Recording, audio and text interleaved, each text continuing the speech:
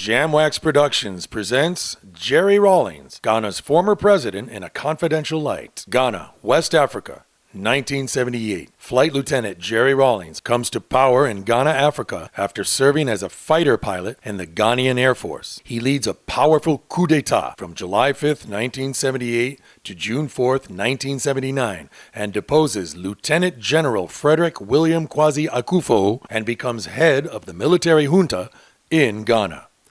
Elections quickly follow and Dr. Hila Lehman is elected president, only to be deposed by Jerry Rawlings in a second coup d'etat on December 31st, 1981. He continues to lead the military junta until 1992 and then serves 2 terms as the democratically elected president of Ghana until 2001. Let's now move forward to January 25th, 2006 in Paris, France. Here, former president of Ghana, Jerry Rawlings, responds confidentially to several personal questions from various journalists of the Club Millennium, hosted by Marie-Roger Biloa.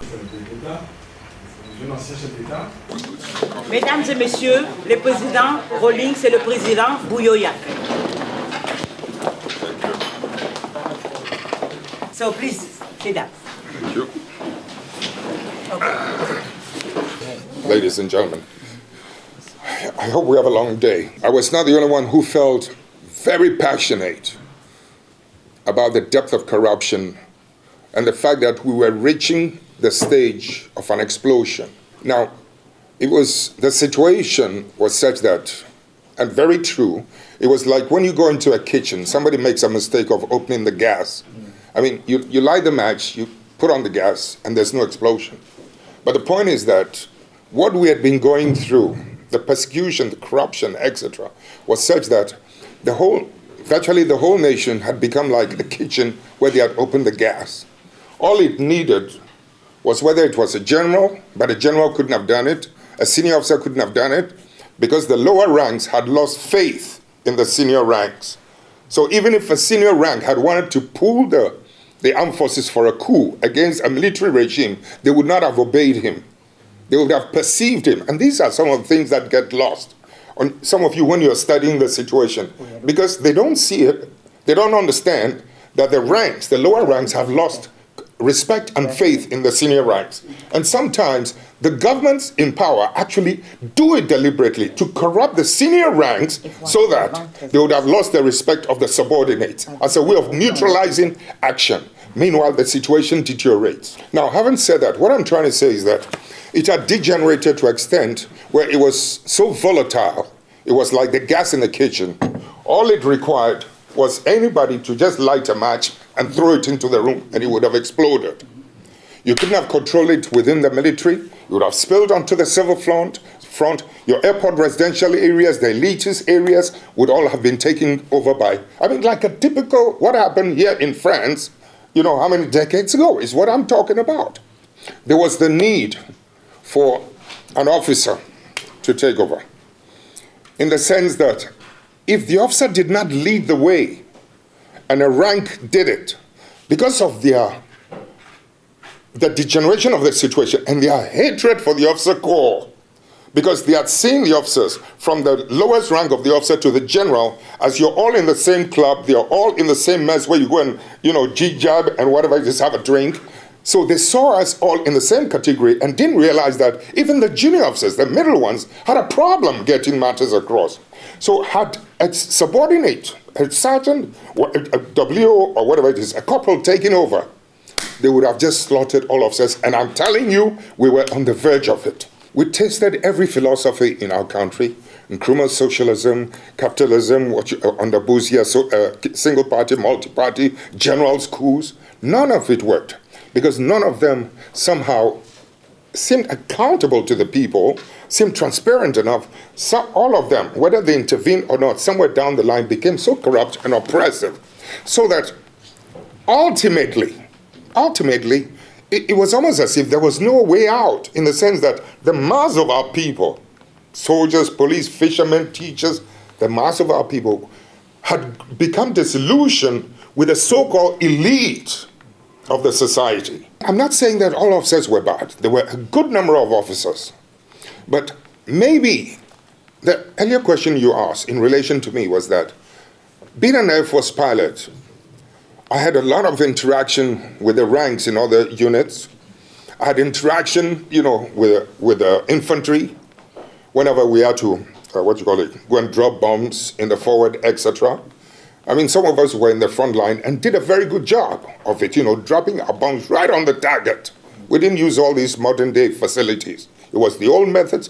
But the point is that with the passage of time, I'm trying to say that,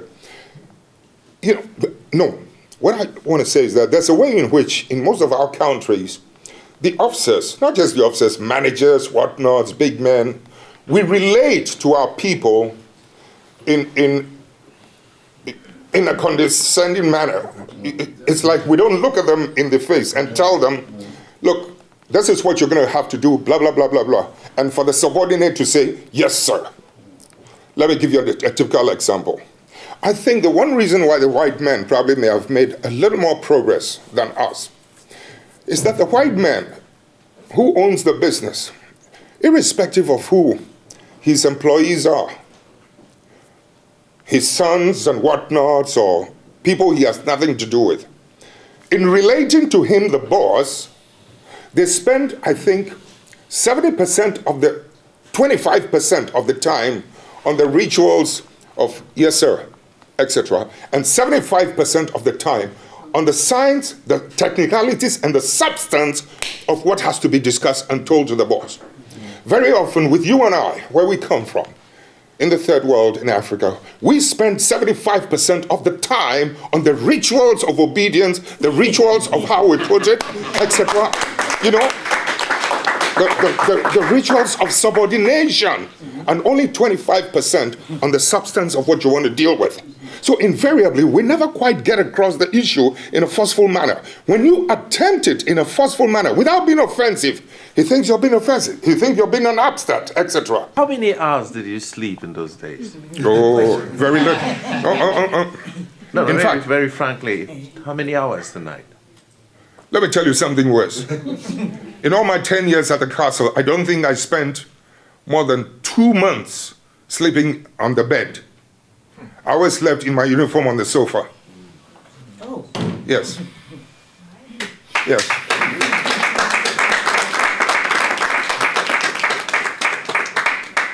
I had hardly time to go and spend time at home to get to know my children within those 3-4 years.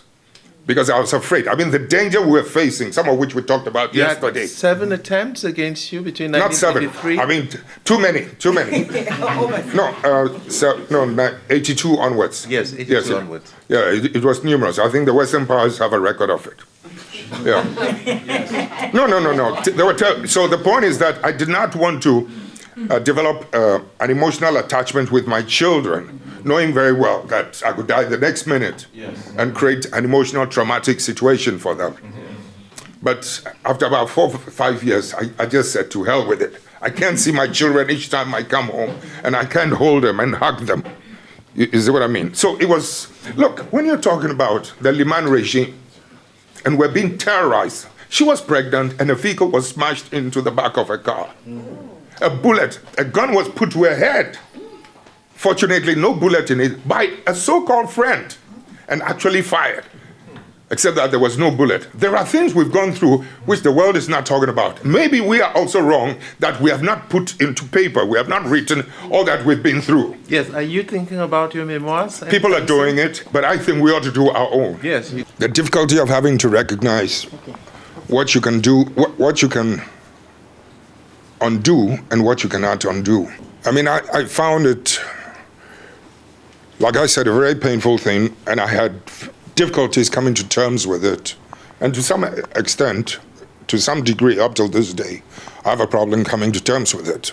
I intend to say something which, so far, my interaction with you at this forum, and normally wherever I speak, I have a problem with being diplomatic, and I say things which others could use against me. Yesterday I said that Ghana is surrounded by 3 Francophone countries. And when you know what you're confronted with, and the neighboring countries, almost like trying to create a prison around you, and yet it appears the only area that seems to be creating a little window or political space and opportunity for you is the area, where one of your very best friends, politically and personally, was killed. So you begin to measure for the political survival of what we stand for. And assassination plots are being worked day and night against you. And looking around, the very area where your best friend was assassinated, the only place that does not seem to be enthusiastic, to partake in your elimination, you will have to give them some little credit. For whatever reasons they're doing it, one cannot deny it. One has to acknowledge it. Ladies and gentlemen, people may find it strange, but as head of state, I personally concentrated not 20, not 30, not 0, 60% of my energy on watching out for corrupt. Yes. You make the mistake of spending 0, 10, 15, 20% of your energy on watching out for corruption, you'll be shocked. You're sailing in the boat, somebody is digging a hole in the boat. So I make sure I use 60% of my energy watching out for things like that. If you don't keep a watch out for those who are digging holes in this thing, your boat will never reach the other bank. This is at a personal level. But at the mass level, the institutional level, the masses, like I'm saying, haven't seized power. We're part and parcel of it at the workplace. The PDCs were very much a part of the management because they had grown to distrust the thievery of management, that when the revolt happened, you couldn't close a door for a management to be working behind the door. The staff wanted to be part and parcel of whatever decision was taking place that was affecting the cooperation.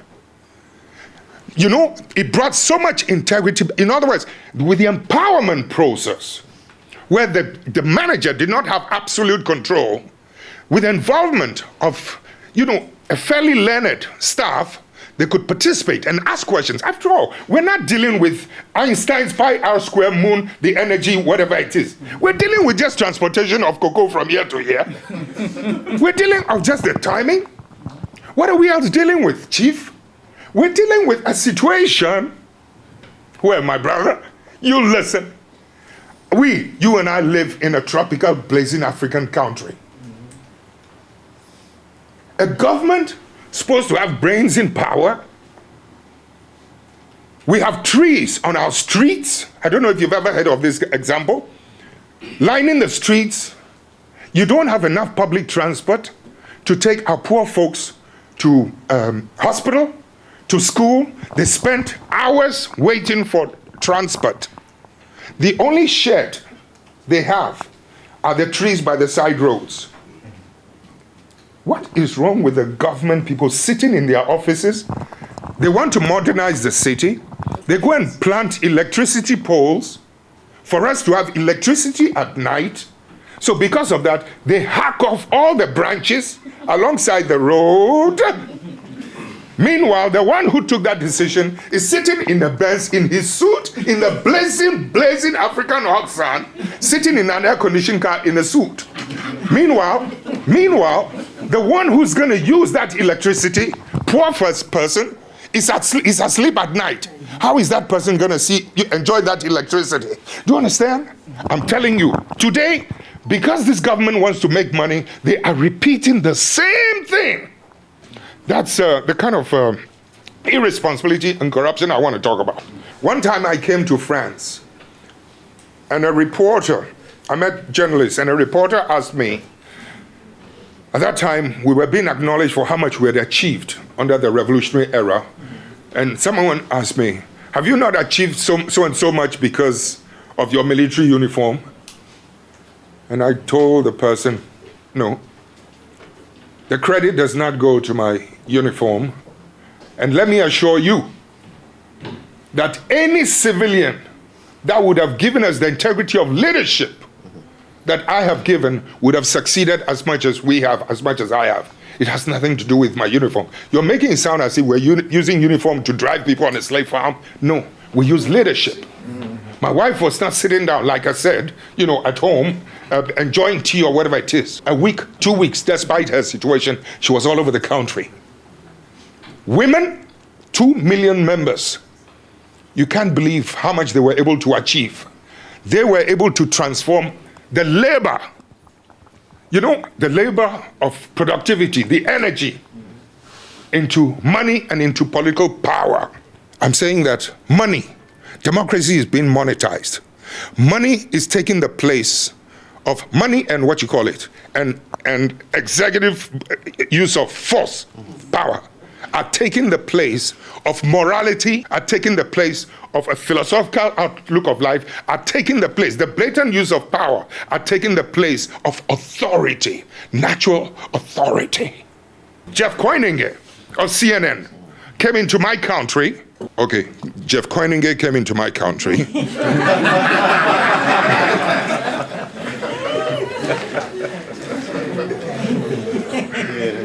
Jeff Koinange came into my country. I tell her, I have to learn how to talk. I mean, Chief, when you're riding a wild horse, it's not a wild horse, a revolution for so many years. You have no choice but to shout. Otherwise, because everybody is shouting.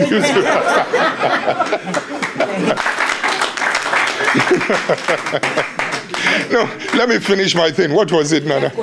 Jeff Koinange came into my country in 2004, towards about 4 months before the elections, and he saw some of these horrible things going on. How the media locally was in cahoots with the government.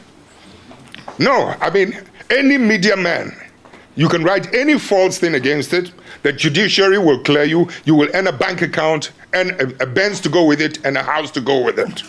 Oh yes, they've used it effectively just to poison people's minds. However, Jeff Koinange comes and sees, there's something very funny going on in Ghana. He's coming back to do a documentary on even this cocoa issue, factory issue. And I think said something to the effect that he'll also, yes, ahead of the elections, meaning he will come to cover the elections. Do you know what happened? When Jeff Koinange left Ghana, he never came back. He was posted straight to Iraq. A man who was covering Africa. Because he said he's coming to cover what's going on, go check it. How many of countries like America, France, Britain, Germany, etc., Brussels, who have contracts from the past corrupt military regimes that are inimical to national progress, national enhancement of its economic activity? How many of these countries' governments, multinational corporations, will be prepared to review some of those, unfortunate, or should I say, really, not violent, but it's an insult. How many of them will have the courage to actually review? I hear 2 major Western countries refuse to have anything to do with a review. How then can you ensure that there will be enough revenue? Here's a regime. You wanted to see democratic, whatever it is, it's taken place. They are now in office. To what extent can you show goodwill by re-examining that contract in order to allow that country that miserable little revenue that is owed to it in order to provide the facilities like water, etc., and to get the people out of that impoverishment? What is your last word? I hope I'll be back again. True. No, so long as they were so interested in it, there's so much more to share. I've only given them the tip of the iceberg. Okay. Okay, take care. Jerry Rawlings, Ghana's former president, in A Confidential Light, directed and filmed by Charles Jacotin. Video editor, Jeremy Darchez. Voiceover by Robert Zob Curley Jr. He continued to remain active until he died on the 12th of November in 2020 at the age of 73. But the legacy of President Jerry Rawlings still lives on. Presented by Jamwax Productions.